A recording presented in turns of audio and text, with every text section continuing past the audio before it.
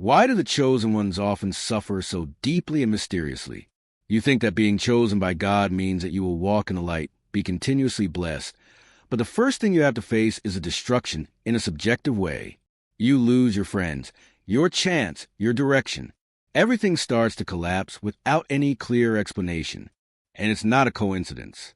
The chosen ones often suffer because they are being separated from things that cannot go with them to the glory that God has prepared. Suffering is the process of training. Like Joseph, who was sold as a slave and was exiled before he became the leader of Egypt. He was also pushed into places where his eyes could not see the presence of God, but it was there that he was building himself in silence. No one understands why he is always misunderstood, rejected, isolated. But the Bible has clearly stated that whoever suffers according to the will of God, let your soul be made into a prophet. Ephesians 4:19. Suffering is not a punishment. It is preparation. When you are chosen, the devil sees you as a threat. You experience the attacks not because you are weak, but because you have a dangerous potential for the kingdom of darkness. You have dreams that others do not see. You feel the weight of the Spirit that no one shares. It's not that you are forgotten. You are being hidden.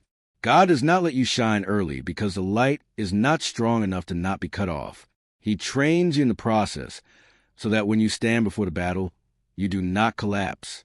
Those who are chosen are often put in situations where they have to forgive those who are not worthy, love those who hurt them, and walk through areas where prayers are not accepted. But it is in that desert that you learn to really respect. Hebrews 5:8 says that the rich are children. You have learned to respect what you have suffered. So why do you think you will be forgiven? Your suffering is evidence that you have been marked for something greater. And there is another secret.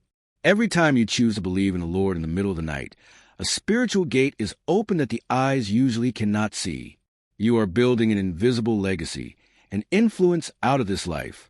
The prayers in your eyes are shaping the generations to come. When you endure the darkness without taking a step back, heaven remembers.